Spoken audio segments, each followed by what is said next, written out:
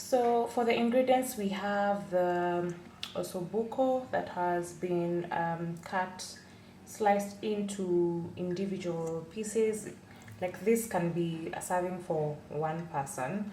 Most people, I've realized, confuse ossobuco with oxtail.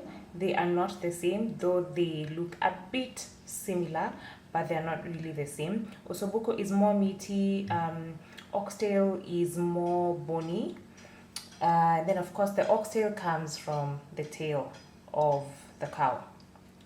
Then we have garlic and ginger paste, which is basic. Then I have coriander, and for the coriander or dania, I'm going to use both the stems and the leaves. The leaves I'm going to use at the end. The stems I'm going to use at the beginning. They have lots of flavor, so do not throw away your stems. Then for the spices that you're going to use to marinate the ossobuco as well as cook them in the sauce, we have curry powder, cumin, black pepper, and you also have paprika. You can use the spices that you have at hand. Paprika is really good in giving that rich red color, but if you have tomato paste, you can just use that.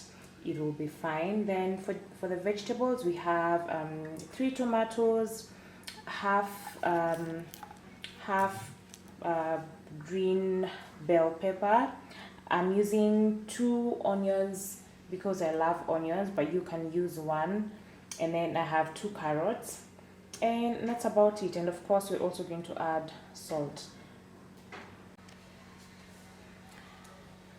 So first we're going to start by marinating the ossobuco, and this is 1 kg, and I'm going to put the list of the ingredients of the spices and the quantities on the screen.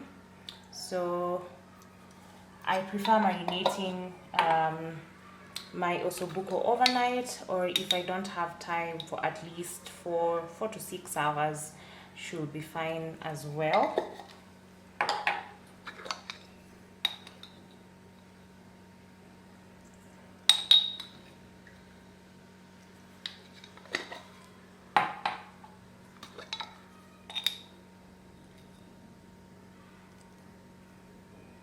I use a lot of paprika in my cooking, and paprika is just to add color. And then of course there's that sweet, because paprika is essentially made from red bell pepper, so there's that sweetness that it also adds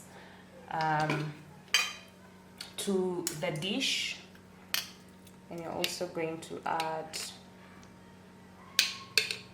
garlic paste,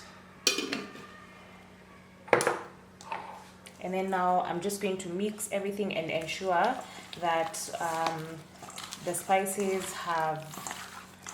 is in every piece of the meat. I also have another ossobuco recipe that has wine here on this channel. I'm going to link that, so do check that out. But for this recipe today, it does not have wine.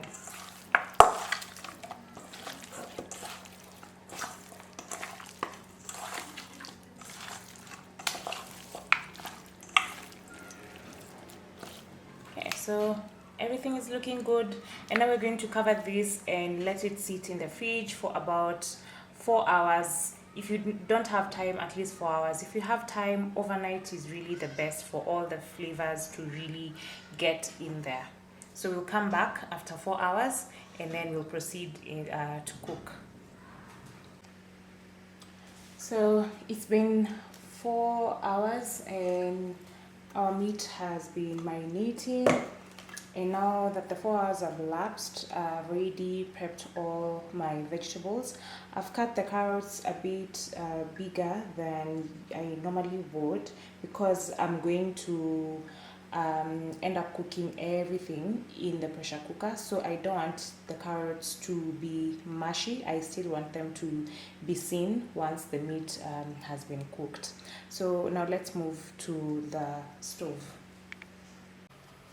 So first things first, I'm going to start off by adding some oil on my saucepan, And we are going to start by browning our meat. I say this a lot on my Instagram stories. Browning is equals to flavor, so do not skip this part. We're going to brown the meat first before we proceed to now incorporating the vegetables and everything else. So ensure that your oil is super hot, because you don't want it to remove the water that is in the meat. We just want it to brown quickly. So make sure your oil is smoking hot before you add your meat. You should have that sizzle sound as soon as it hits the saucepan. So once the oil starts smoking, I don't know if you guys can see the smoke from here. Now we're going to add our meat.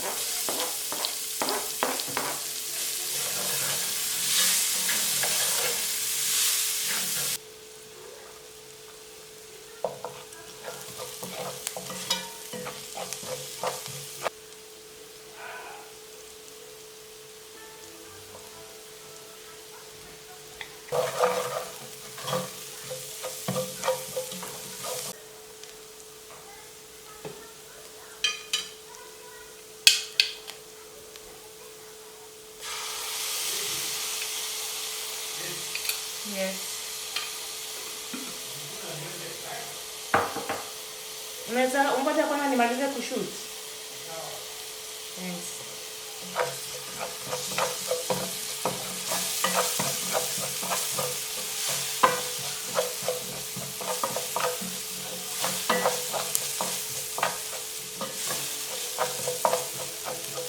Na baby, you could have easily gone kwa kinyozi time ukipeleka nini gari.